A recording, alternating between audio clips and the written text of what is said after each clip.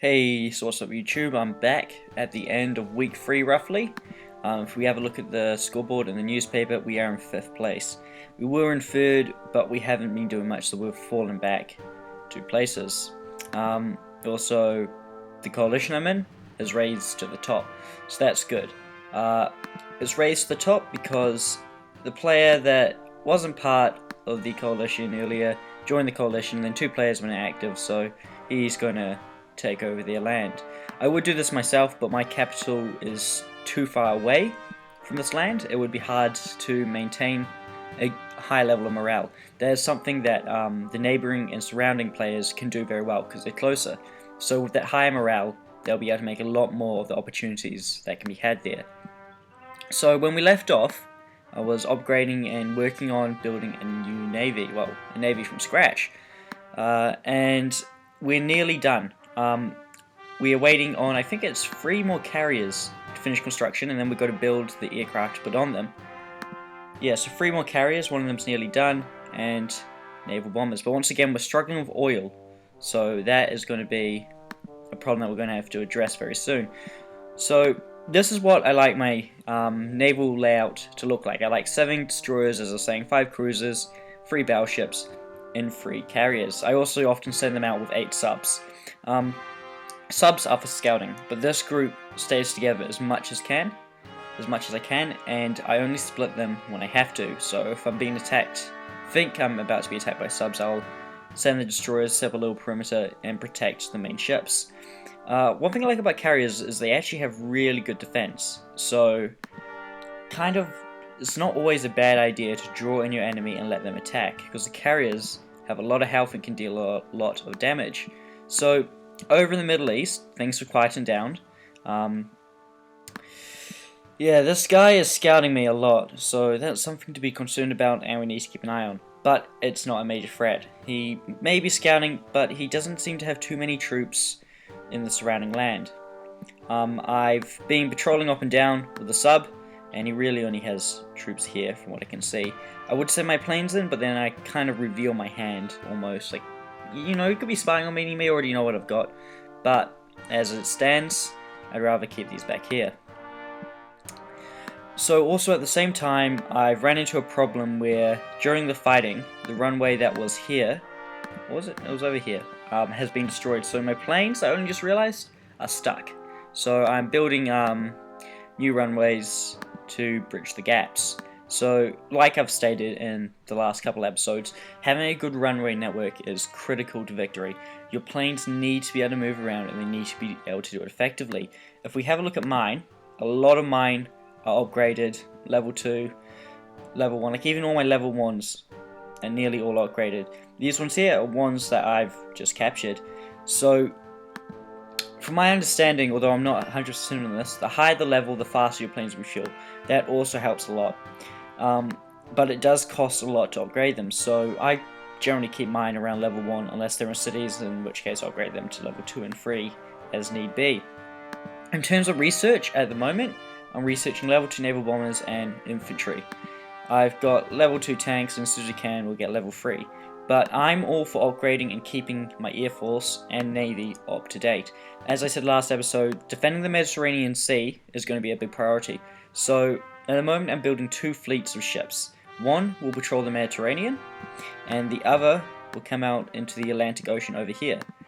So out here I'm already starting working on a subwall, but I've halted that while I get more oil and finish off building carriers and planes. So as you can see, one of my allies I think is going in for the attack. I'm not going to support him, and in fact I don't encourage him doing this. Like, that is a pretty weak defense, well, attack force, to be honest. 9 militia, that's just going to slow him down. Like, if you look at the speed of militia, 15 on just about all terrains. It's faster in the ocean. Militia will slow you down, so never send it with your main forces. It's okay for holding land, but it's not good for attack. So if he does attack, he'll have to split off that militia, and I wouldn't even use it for land grabbing, and I wouldn't even spread it out because it's so slow that the air will just pick it off. He also lacks proper anti-air defense. And what are 2? Like, I know the interceptors are on the boats, but they're not going to be able to offer sufficient protection, to be honest, and make up for that lack of anti-air. So I'm not going to help with that. I'm not going to be part of it. I'm just going to stand back and kind of, you know, just let him do his own thing. I don't have to stand in on that one. So what else is happening? We're getting an ad. That's what's happening. Yeah, so this guy down here has just about taken the land from Madagascar and Belgian Congo. While these guys were really good players, they've both got inactive. And a thing about inactive players in this game is you need to stay on top of them and remove them as quick as you can. Now obviously if a inactive player, player that's about to go inactive tells you they're going to go inactive, they'll be back, don't attack them. But if they just go inactive, it shows that they're not really committed to you or the game. A player that is inactive is land wasted. They often fall into chaos and very quickly run out of food, starve, the morale drops, and then land starts rebelling, infrastructure, buildings get damaged, and then you have to take it out, and by that point it's already a mess, it's lowering the morale of surrounding areas, and it's just not a good thing. It also attracts other players from other areas, so other players at the moment, especially in the Australasia, New Zealand, Indonesia area, might be looking over and thinking, well, Madagascar's inactive, that is a perfect, you know, door to go through to get into Africa. So they could jump over here and do that. So we don't want inactive land. So in terms of building, I'm not actually building too much at the moment. I could spend my resources and upgrade industrial plants, which I think I might actually do now, because I'm not spending on anything else. I could buy more anti-tank and more infantry. I have a lot of food, a lot of goods, but I really need the oil to carry on. I also have a fair bit of rare material, but we're saving that for upgrades at the moment. I have as much industrial buildings and plants as I need at the moment, so I'm not going to build any more. Because the area, because it has settled a lot in the Middle East, and there's not much going on, it is now safe to build up here. But initially, once you take land from someone, don't build it up, or else you'll end up in a situation where you repair the buildings, then they come back and take it, then, you know, the buildings are, you know, in better condition for them to use. But if you leave them damaged and they take it back, it knocks them back another step, so they're in even worse condition and less use to the enemy. I've played games where I've just attacked places just to damage the buildings, where I'll move into a city that I have no chance of holding, I only have a few troops, take it, retreat, they move in, I go in with a few more troops, take it back, damage it, they send larger groups in, destroy the troops, but by that point there's nothing left to be used in that city. And usually by that point I've tried to save as many troops by getting them out of there as possible, and they come in and they just destroy the place.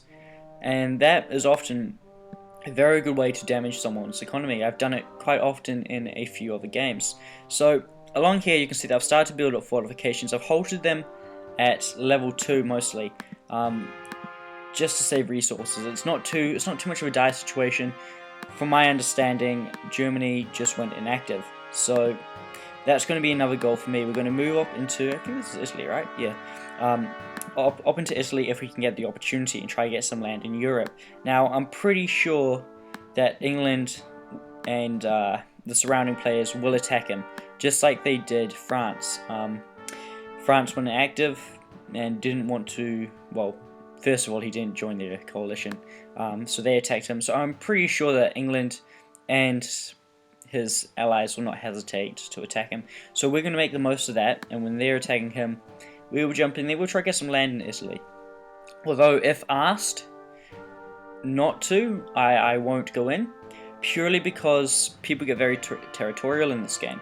I'm one of those people. For instance, I've played games in South America down here where I control the whole area, or just about the whole area, and any players come from any other places to take out little bits of land I haven't got yet, I will, you know, threaten them with war.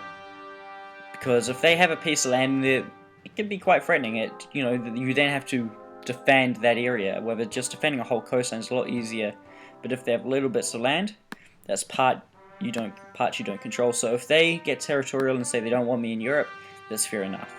because it's a lot easier to shoot troops on boats than it is when they're on land. So that gets me to another point. In the future, when I can, and when I start researching, I use rockets a lot. Rockets are a great defensive weapon, also good in attacks, but I use them more defensively. That's because of their range and the damage they can do. At the max level, they're great against ships. I played a game where I'm pretty sure I came 4th if I remember rightly, and my defense was my navy and rockets. That's how my military stats in this game got so high. There were situations where hundreds of troops are landing at beaches and I'm just firing rockets at them, and there's nothing they can do. They're stuck, they can't move, and I'm just getting heaps of points. They are a great defensive weapon, but there is one problem, and that is that you have to be there to launch them, and you have to see where you're launching them, obviously. So that's why I've got the plane scouting and units on the beach. So that's really all about it for this episode. So this was a week 3 recap. Next week will be week 4, and I'm not sure how we're going to progress. My allies don't seem to be doing much. The coalition chat. This isn't the coalition chat. No, there's an application from Iraq. He's dead, but I don't think that matters. But in the coalition chat, we're discussing what to do, and no one has any ideas. I've tried to start ideas, offer suggestions, but I think although we are in a coalition, we're on our own. Obviously, sharing maps with these guys and having the shared intel does help. It gives us quite a bit of knowledge and a little bit of backup, I guess. So we'll see where this goes from here, but I think the next thing we'll do is probably move into Italy. What do you guys think? Actually, no, that's just a silly question. By the time this comes out, I would have already made all the choices for you. Anyway, what do you guys think? Tell me in the comments. It'll be too late, but you know, you can read them, offer advice, maybe spoil it while I do a little bit before it comes out. I'll think about it. So that's it. If you enjoyed this, like, that doesn't even sound anything like, comment and subscribe. Thank you for watching.